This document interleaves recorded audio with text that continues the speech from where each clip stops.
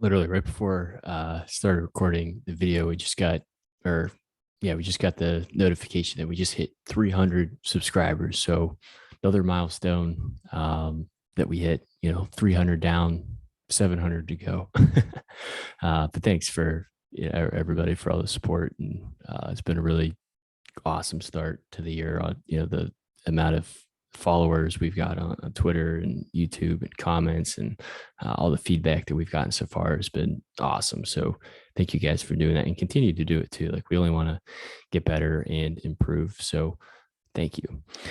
But let's talk about the Cup Series at Phoenix. So the Xfinity preview video is up, but the Cup Series preview is going to be a little bit different. So this is 312 laps. It's a 1 mile short track. It's not, if you look at all the tracks that NASCAR goes to, Phoenix is definitely on the smaller end. It's not the smallest, but it races very similar to a short track because the corners are relatively flat. There's a lot of braking. There's a lot of off throttle time. Be really curious to see with the next gen cars, like how shifting is going to come into the equation potentially with the sequential shifter. If drivers are going to be taking the dog leg, kind of the shortcut. Like, I'm very interested to see how the next gen is going to race at Phoenix. But regardless, with the 312 lap, it's the most amount of dominator points we've seen up for grabs so far this season. So just keep that in mind. There's a lot more points up for grabs. I have that listed down below. There's 78 points for laps led, and there's 140 laps for fast laps. Now, granted, probably with the cautions and stuff, some of those points are going to decrease, but it's a significant amount of points to potentially have one driver outscore another driver if that driver isn't out front leading laps or isn't picking up those fast laps. This race is going to finish out the West Coast swing. So we've been to, the super small LA Coliseum, went to Daytona, the 2 mile Fontana. We went to the cookie cutter 1.5 miles. Now we're at a short track. So this is a really good gauge at the end of the West Coast swing to really get a good understanding of where are these teams at. Last year we talked a lot about the 550 package versus the 750 package, high downforce, low downforce. Well, unless you're at the super speedways, it's pretty much the same package every week. So I think after this weekend, and we should generally already know, who looks to be running well, who looks like they are, have a lot of momentum and guys that we want to target. The championship race ends at Phoenix. So a lot of teams put a lot of emphasis under this weekend because if they get to Phoenix, they want to make sure when they come back, they, potentially have a championship winning run. What we're seeing is there's definitely a lot of value with the next gen car. Like, we're seeing a lot of different people get out front. We're seeing a lot of different people contend for, top fives that we're not used to normally seeing. Normally it was, okay, these are the 4 drivers that are going to lead laps. And if anyone else gets out front, it's only because of, pit strategy or, pit cycles or something. Now that potential like dominator range has really opened up. So I think you can get a lot of value out of, outside of that super expensive range. The incident rate is way up for a couple of reasons. One, the drivers are just learning this new car. The car is a lot harder to drive. It's not as forgiving. There's a bunch of tire issues. There's a bunch of part issues. Like, there's just a lot of issues in the air with this car. So because of that, it's leading towards, more cautions. Well, with more cautions and more cars wrecking out, that only benefits the cars that are, the ugly punt plays, because they might be getting, lapped and they might be 2 seconds off the pace. But if they can just stay on track, like we're seeing a lot of these attrition plays come through, where in the past, we wouldn't have this many cautions. We wouldn't have this many cars wreck out, and those ugly plays never had a chance to advance their position because no one else was wrecking out. We would really only play the punt plays at, the super speedways and maybe like a Martinsville or a Bristol, just because we know that there's going to be a lot of accidents. But almost every week we're seeing just a great number of cautions. So keep that in mind. Don't be afraid to play some of those ugly plays.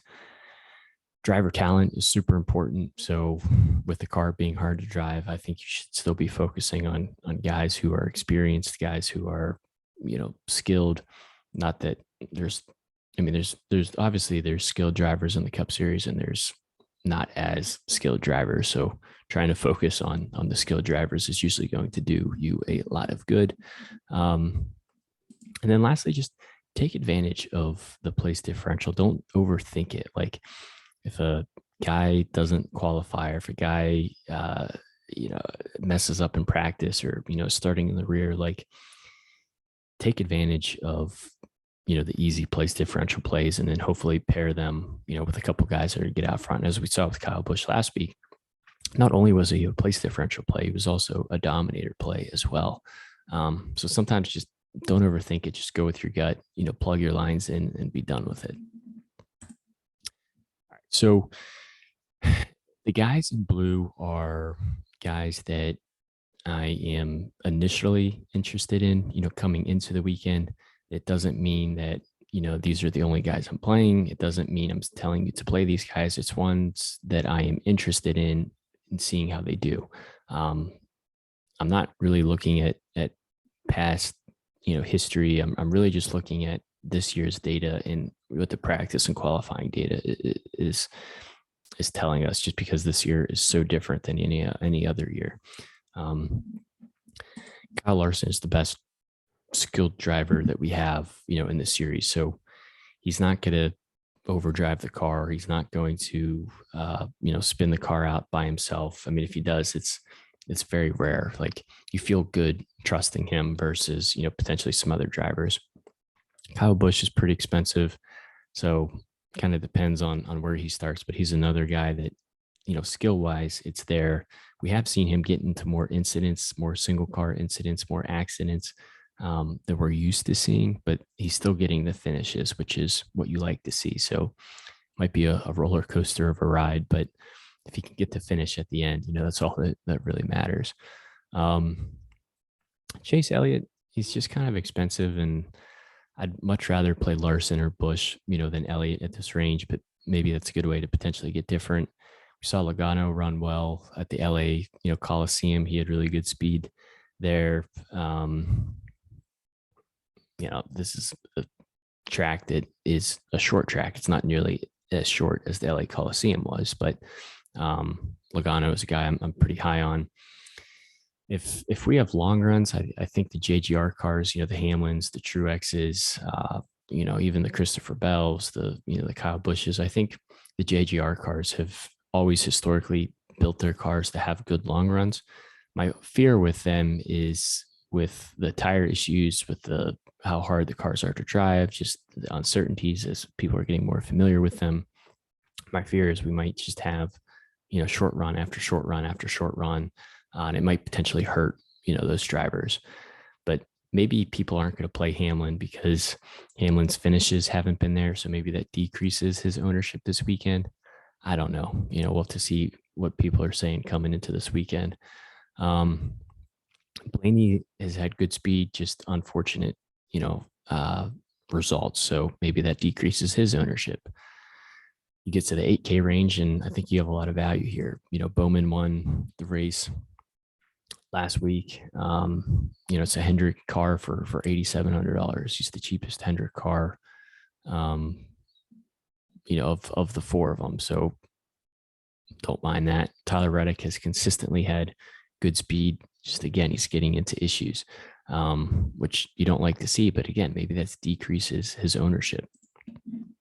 Christopher Bell, JGR car for $8,300. It's a short track. We've all used to play, Bell when we went to the Xfinity series, short track. So I really like these three drivers out of the 8K range, and then maybe pairing them with, a 9K driver or maybe two 10K drivers. I think that's a good way to, potentially get a couple lap leaders in your lines, and then maybe look at, a driver who messes up on qualifying or doesn't take a qualifying time and starts in the 30s or starts really high in the 20s. We're like, hey, Kevin Harvick starts 29th.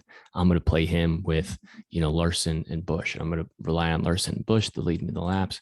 I know, Harvick's going to get me those place differential points and maybe a top 10 finish. And then I'm just going to look for value plays. I think that is kind of the approach you need. And, you can sub in different drivers depending on, how the practice data looks, how the qualifying data looks, and where they are starting on the grid. I really like Austin Cindric a lot this weekend. I know I don't think he's raced here in a cup car, but if he has, it's not really relevant just because this is the next gen car and it's completely different. But he did have, pretty good success in the Xfinity series here. Kind of will depend on where he practices and qualifies, but I think Cindric is a guy in a Penske car that I'm pretty interested in at $7,700. Eric Jones, man, last couple laps got into an accident there and, really ruined his day, which was unfortunate. But again, people remember that. People who played him last week are like, I'm not going to roster Eric Jones again because he was the one who killed my line. He was the reason I didn't cash that weekend.